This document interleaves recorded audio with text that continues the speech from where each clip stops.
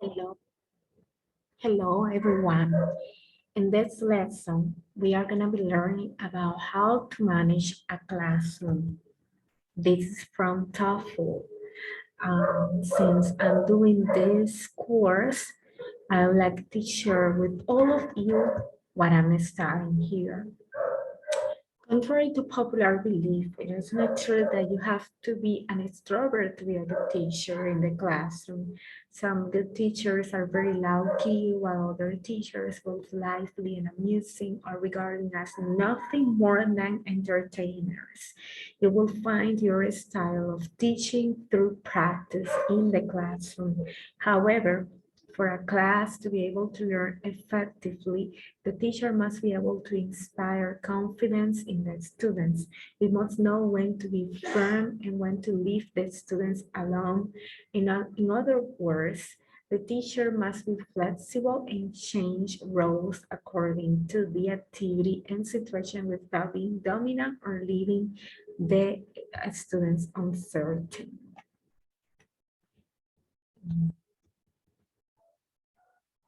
Here, classroom management is the skill of organizing and managing the class, having a friendly, relaxed manner, and maintaining discipline. As we all know, it can be challenging to speak to someone who is always looking elsewhere or someone who looks us in the eye all of the time.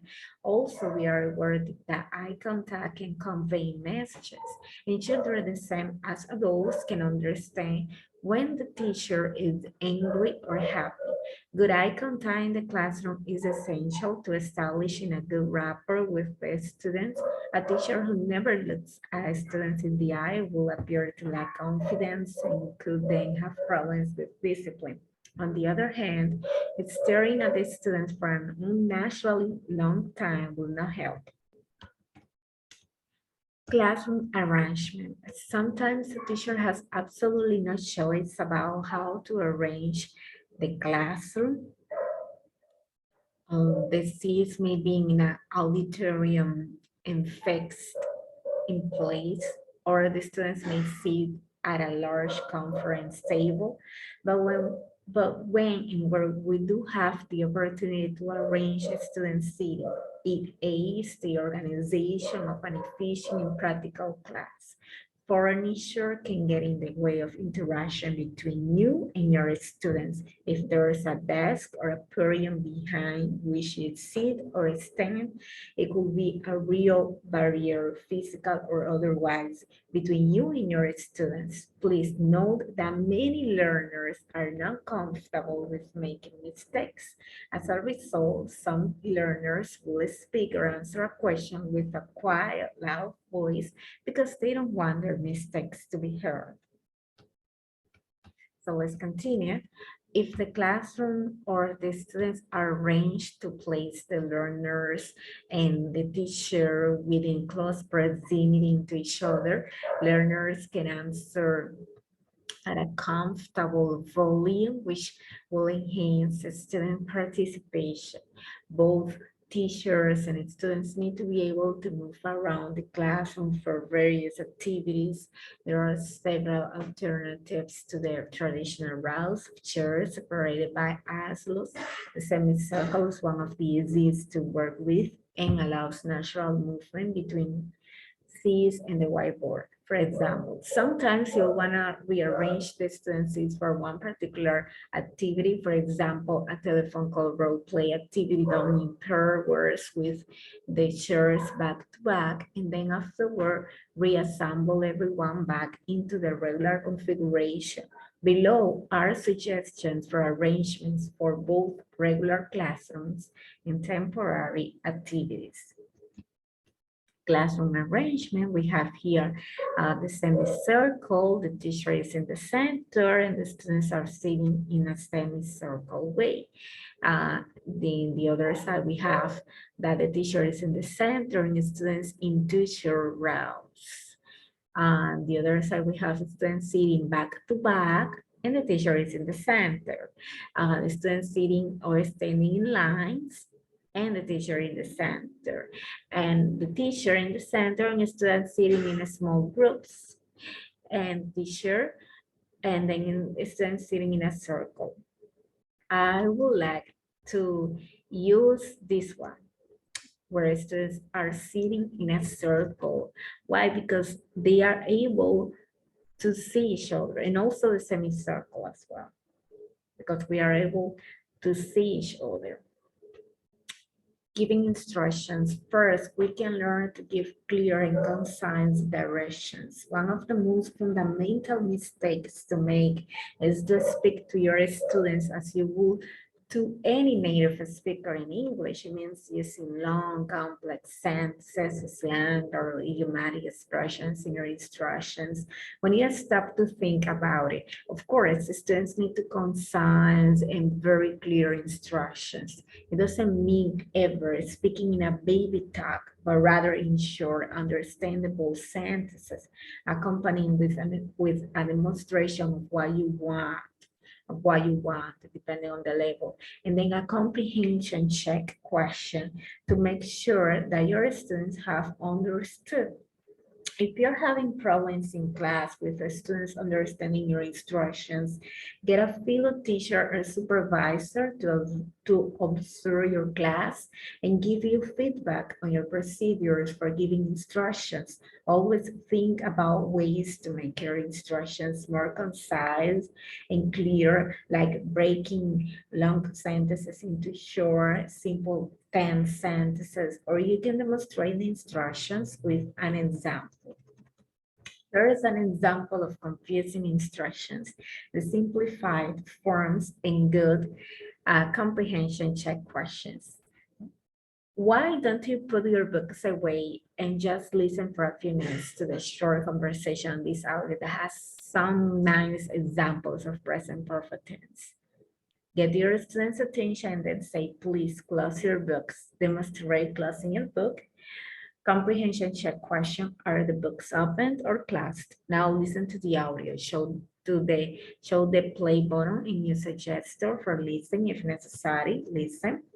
Comprehension check question, what are you going to do? Listen, that's right. Giving directions. Here are some more examples of complicating, confusing instructions. Think of some ways to rewrite this in clear, concise form.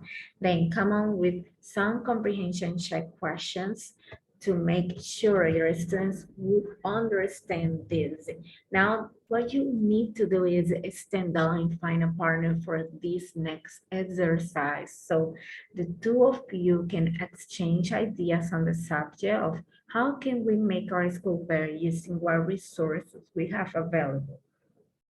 Stand up, find a partner, stand up, find a partner, ask each other how we can improve the school's facilities and environment. Who is your partner? What do you need to ask? Well, that's an interesting answer, but not really the one I was expecting. Could you please try to answer it again and give us the correct tense of the verb this time rather than the answer you just gave? Good answer and almost correct, but can you say this again in the correct tense? Let's continue. Here are some more examples. So let's gonna see. Why don't you try to think of some more examples as interesting as the ones Mona provided us the other day? You remember those, don't you? Can you give me another example your teacher Mona gave you? If you could just hurry up, we only have another 10 minutes before we'll have used up all of our time today. Please hurry. We only have 10 minutes. Let's practice with the conditional. Just imagine that you had as much money as you'd ever want. Tell us what you would do with all of that money if you had say $1 million or as much money as you could imagine. Now complete the sentence using the conditional. If I had $1 million, I would. How can you make your instructions effective? We make our instructions effective by getting the students' attention, making sure everyone is listening and not working on their own thing. Don't give out handouts that may distract attention. Use simple language. Use language at a lower level than being taught.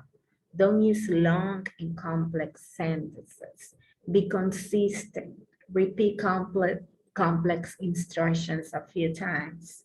Use the same set of words for the same instruction. Everybody, again, look, listen, repeat, say, turn to the page.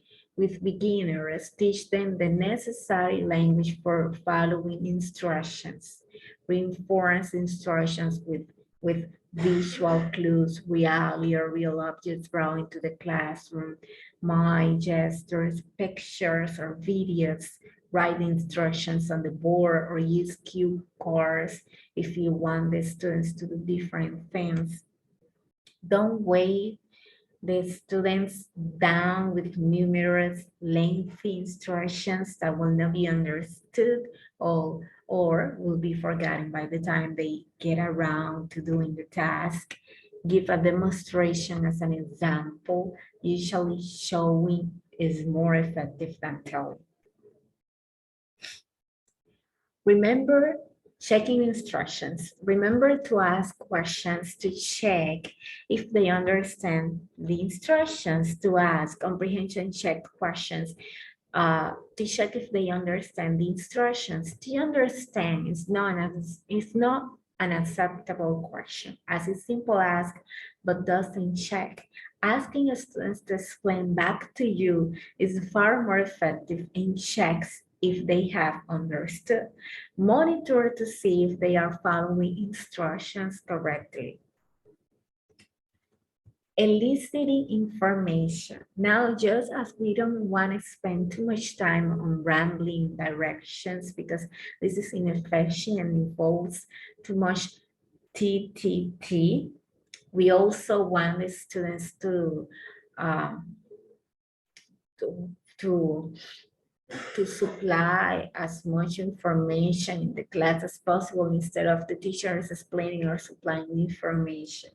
This is called listening. We want to settle the class for students talking time or STT. So TTT means teacher talking time and STT is student talking time. So again, I'm going to read the information again so we can clearly understand.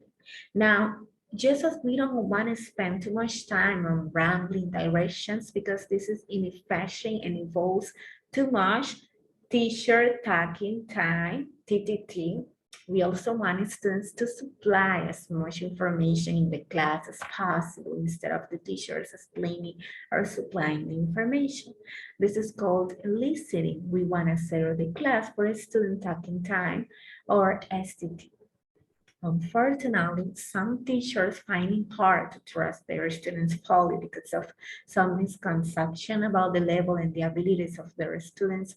Commonly, the teacher just prefers to be in control. These teachers are prone to doing the majority of the explaining in class, wasting a wonderful opportunity to allow the students to show what they already know and to teach each other. Eliciting information, not trusting the abilities of the students is a mistake. It's clear that in any class of students, except absolute beginners on the first day, at least one may be able to explain something about the vocabulary and grammar points or give examples to some extent. It is always better to begin with their students anyway to find out exactly what they do know. You can't elicit information they don't know. And if no one can respond to a question, you know your job then will be to explain or clarify the point. If, on the other hand, your students can do the job, let them. Again, they are the ones learning to use the language. You already know it. Eliciting in the EFL classroom basically means asking a question or presenting information in such a way as to get students to provide information in response. This simple technique relieves the teacher of the burden of providing all the explanation, allows the students to do most of the talking, and if they can't answer, the teacher has to explain one more time. Here's an example. On the board, the teacher writes the word Harley. What does pointing the word Harley mean, Barbara? Is it the same as hard or difficult? No, it's not exactly the same. Anyone else, Thomas? I think it has a negative meaning. Exactly. Can you give me an example? I hardly understand what he's saying. What does that mean, Thomas? It means I can't understand much that he's saying. Now, Barbara, can you give me an example? No, I don't understand. Okay, can you give me an example with Harley? We hardly had time to finish the lesson. Very good. Other examples?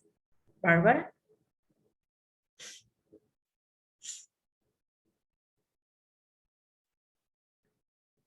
The alternative to the technique above is a completely teacher-centered explanation of the word when the students are perfectly capable of doing the job themselves. There are three simple steps to the process of listening. The teacher asks a question or shows a concept. In other words, teacher provides some kind of a stimulus which gives a clear context so the students have an idea of what the work is about and how they need to respond. The students respond with answers, information, opinions, ideas, etc. that are their own, but in response to the teacher's stimulus. The teacher responds with some kind of feedback to confirm whether the students are on the right track and guide the students further into the subject. A simple yes or that's right is sufficient. Other techniques for eliciting give instructions, answer in the past, use gestures or mime, show actions, running, moves, excited by acting them out. Have the students fill in blanks, graphs, or diagrams. For example, show the meanings of some of, many of, most of. The students on a chart based on percentage. Give definitions. If a man has no friends or family and lives alone, away from people, what is he? Use synonyms and antonyms. What's the opposite of cheap? Take items that have been taught before and have students use them in role play or other activities in which they must show mastery of the teaching point. Have students make lists of previously taught vocabulary for vocabulary bingo or dictionary. Use Realia, bring in a can opener and show it to students. What's this? What do we use it? What do we use it for? How do we use it? How do we use it? Use visual aids, show picture of a can opener with the same questions, use a series of stick figures to demonstrate a series of actions, show a video and frame a section asking, what's he doing? What do you think will happen next? What do you think has just happened? Use prompts. Monday is a holiday. Can you tell me about it? What are you planning to do? How do you celebrate this holiday? Use review items. Take items that have been taught before and have students use them in role play or other activities where they must show mastery of the teaching point. Have students make lists of previously taught vocabulary for vocabulary bingo or dictionary. So let's continue. We have here how to correct errors. How to correct errors. Okay. Here what it says here. Listen. Mistakes are necessary for life. Some of the world's greatest discoveries were born of mistakes. That's true. We all make mistakes, but what does making a mistake mean in the classroom? Is it a sign that your student didn't understand? It's just guessing, or that he or she just forgot?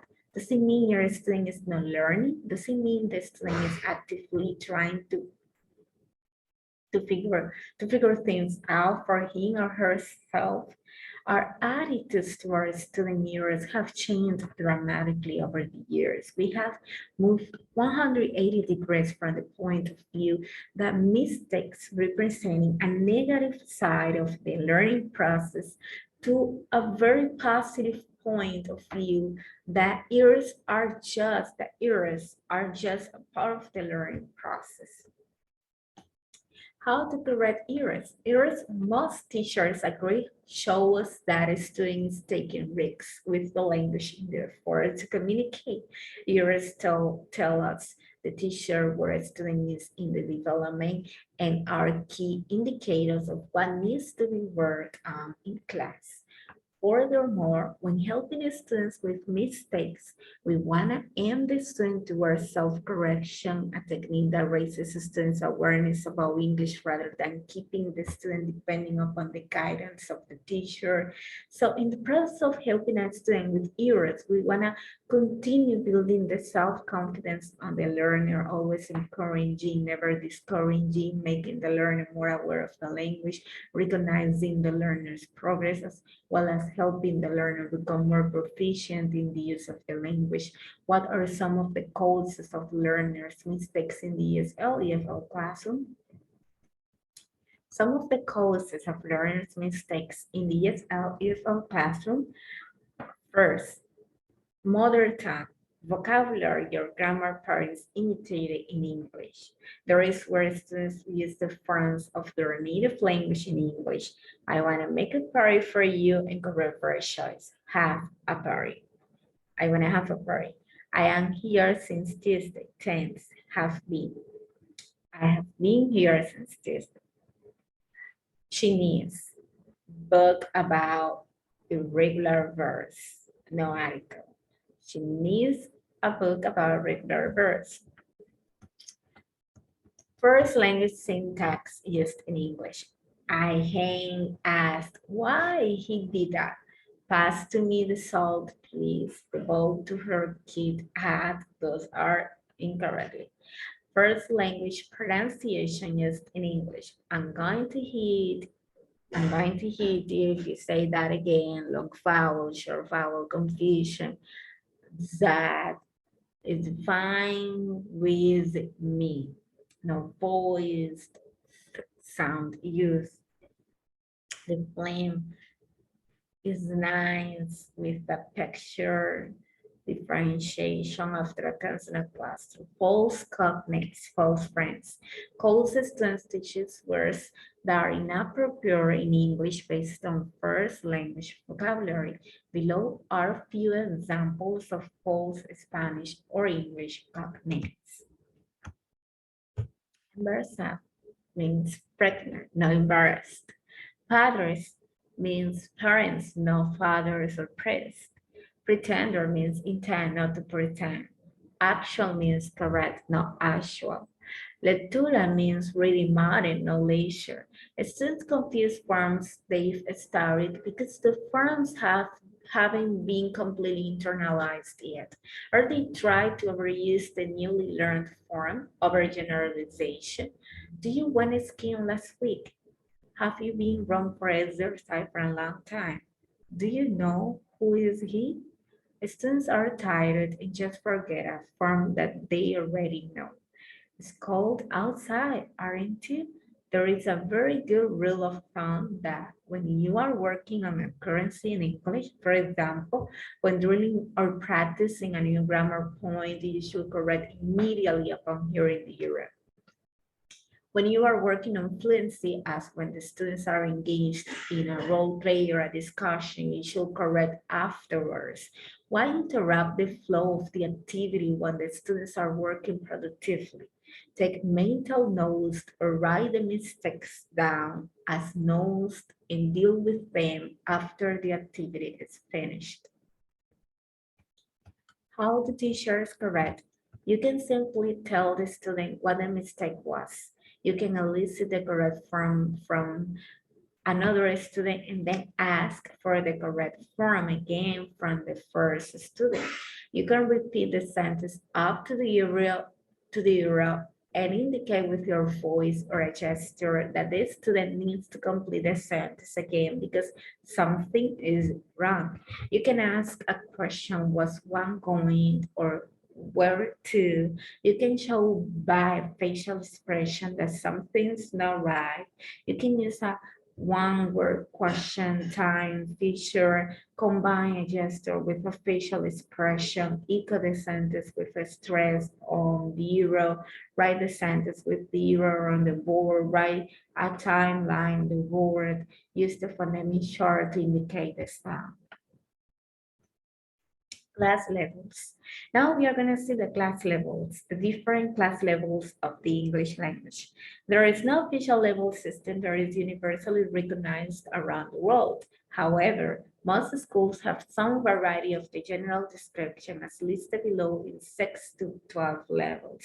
It's useful for a teacher to become familiar with the system used in the school, as it will give an idea of where the students are relatively speaking in their programs, what they can do in English and what they need to focus on. Level systems, however, can be somewhat subjective, as students have very different backgrounds, strengths, and weaknesses. Some students will test high in grammar and vocabulary, but low in speaking and listening. And others will test in a converse faction, especially in a multilingual classroom. Placement tests are usually augmented with interviews to aid in the placement of students in a correct level. But even then, discrepancies can occur. The first level of the English language is absolute beginners.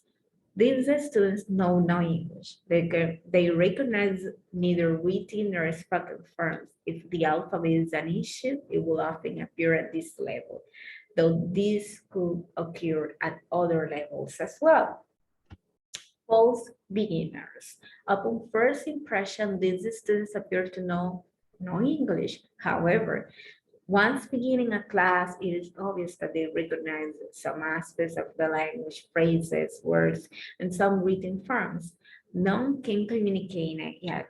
However, they may cause the occurrence of two levels in a class for a while if the other students are absolute beginners, as false beginners may raise ahead in comprehension and ability in early lessons. Beginning students. These students can use the language to read some signs, comprehend simple instructions, and respond to simple questions. They can communicate basic ideas such as greetings and personal information such as age, occupation, address, and telephone number. They have basic understanding of the simple present and present continuous tenses, but have not mastered the differences between the two. High beginner students. This level of a student can communicate on matters directly related to life, but have difficulties describing anything more than the familiar. They can ask questions on topics.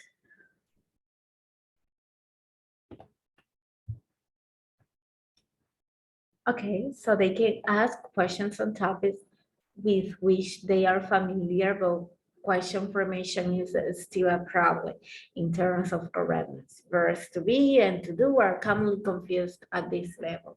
At this level, a student is usually able to understand if he or she had been asked a question. Lower intermediate students. These students are beginning to develop basic competence in spoken English. They can take care of their day-to-day needs in English and communicate and understand quite a bit at a simple level. They are able to ask for clarification when they don't understand, though they are unable to deal with detailed or complex language. Those natively speaking Germanic and Romance languages will often have an advantage over others at this level in terms of ability in reading and writing, as they can recognize the many cognates that exist in their native language. Sometimes students can get at the meaning, though not always accurately. Students can use past tenses more comfortably at this level, at this stage, but still with considerable correction needed. Intermediate students.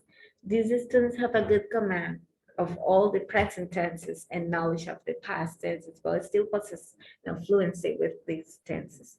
They will also have some more information about the present perfect tense, but no competence in its application in most situations. These students can speak not only about personal and most everyday situations, but also work-related situations now as well. Though still making quite a few mistakes, they have much more confidence in trying to get their ideas across. High intermediate students. These students are comfortable with most of the basic structures of the language. The simple tenses, most of the basic grammatical forms, basic syntax, and common pronunciation forms, though they still need to help with the former. At this level, they will be introduced to the major aspects of present perfect and learn to distinguish it from a simple past. They will also begin work on the conditional and should do quite well with the first conditional, but will not master the second or third. They will, however, comprehend the basic idea of these tenses. Advanced students. These students have command of most areas of the language. They will be quite comfortable with most of the tenses and the conditional. They may still have, they may still make some errors in music, but not understanding the third conditional, they can begin to identify nuances and infer meaning in some cases. This student, if preparing for college or university, should succeed in passing his or her TOEFL by the completion of this level. Written English should also be adequate, though often not fluent enough to allow the student to function in college work. They will usually need remedial ESL writing classes in college. Professional level students. At this level, students are fully competent in and can handle most aspects of the language in either a university or their related setting. Complex language and reading are now a part of the individual's daily abilities in the language. Errors and misunderstandings do occur, but are usually self-remedial as the individual recognizes the problem when it occurs. In general, the only problems that remain are in the areas of idiom, slang, and expression, but the individual is often available to infer their meaning from context, or if not, rapidly find out and comprehend the meaning by asking for clarification.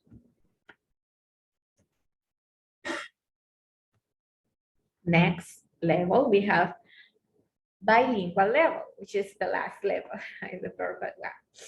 The individual at this point has essentially complete command of they have essentially complete command of the language. Mistakes and errors are rare because of a lack of knowledge but might result from fatigue or stress. These individuals are aware of the varieties of English and its accents and can deal with them for the most part as a native speaker mind.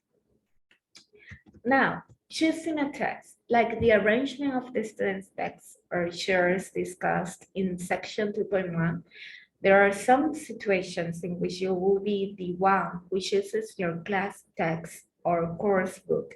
If the decision is made for you, then you may still have some voice about which sections to omit or focus on, or what you may add to or include in your classroom presentation.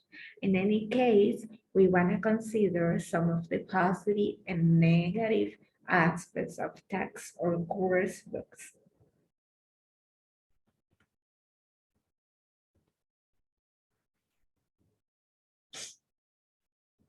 Well, we have here positive aspects of using a text.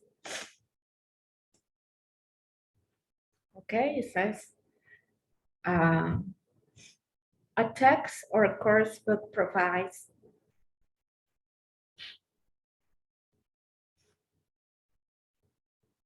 okay, let me read again. A text or course book provides a framework of your class. Having to create your own materials from scratch day after day will be difficult and time consuming. Having a text relieves you of this job, leaving you free to plan your lesson by adding to or omitting from the offerings of the text. A text provides you with an invaluable tool for the organization of material. starting at one point, finishing at another. This sequence provides your students with a certain sense of where they are in their program and enhances their confidence in their learning as they progress through it. Often, texts recycle information throughout the book, building upon previous lessons to provide constant review. A text provides a context for the introduction of material. Teaching points need to be presented within a context in order to show meaning with clarity. A text in theory is written by experienced authors who can provide considerable guidance to the teacher with less experience. It may be to your advantage to follow the text closely until you've gained the experience to do more on your own. The language is carefully edited to fit the level of the class. This is especially important for any teacher who has less experience in this area. Negative aspects of using a text. Now we are going to see the negative aspects of using a text. Our dependence on the textbook can be a problem for many teachers. There is nothing worse than when a teacher begins every class with "please open your books to page." Predictability can be a problem when texts follow the same pattern from lesson to lesson. Boredom can quickly set in when students follow the same routine. As you'll see in lesson planning, lessons should contain a variety of activities. Does the text always fit the level of your students? As you saw in section 2.6, you may have missed levels. In addition, text may contain some aspects that are too difficult or too easy for your class. Things to keep in mind when choosing and using a text. From the teacher's perspective, is there a teacher guide? A lot of ideas and good suggestions for best handling the material in the text will be found in a guide. With that one, the teacher may at times have to guess the author's intentions. We have videos or documentaries to accompany and support the material. Is the text well organized and does it lend itself to lesson planning? Is there a listing of the grammar points that are covered? Are there helpful appendices to aid self-learning for the students? And finally, is it compatible with the teacher's approach in the classroom? From the student's perspective, is there a student workbook? A lot of valuable ideas for good reinforcement of material can be invaluable to the teacher and the student alike. Is there an explanation of grammar material, vocabulary, pronunciation, etc., clear and easy for your students to understand? Are there homework assignments or self-study tasks already set down for your students? Is the design attractive? Is it going to keep the interest of your students with its layout? Is it in color with interesting photographs and or illustrations? Are the contents culturally suitable? Will your students find the information interesting from their interest and needs? Is it affordable? A lot of questions, right? Good ideas for using your course book or text. Select what you want to use. Don't feel obligated to use everything. Omit what you don't find useful. Don't use it if it doesn't work. Adapt what you have in the book to fit your approach, and your students' needs. You know your class better than anyone else. Supplement the main text or course book with your own material. Use the teacher's guide. You'll find lots of good ideas there. Be careful to follow the school's rules. Some schools have specific rules about textbooks and may not allow you to select, omit, adapt, and supplement. Conclusion, wow, very fast. Managing your class involves decision-making from you. Who? The teacher. The teacher who can readily figure out a functioning classroom arrangement, correct errors, give clear instructions, and elicit information efficiently in a pre-planning approach will find that he or she is also running an active, well-organized classroom. Understanding the levels of your students and choosing textbooks accordingly will also greatly contribute to the smooth conduct of class for your students, who will recognize and appreciate your efforts and preparedness. Thus, you are making the class a rewarding experience for both your students and for yourself. Okay, so well done.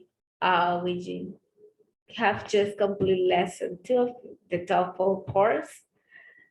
So then I have to take the quiz.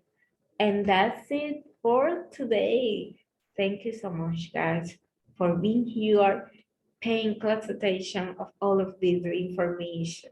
Thank you so much for being here learning with me. Bye.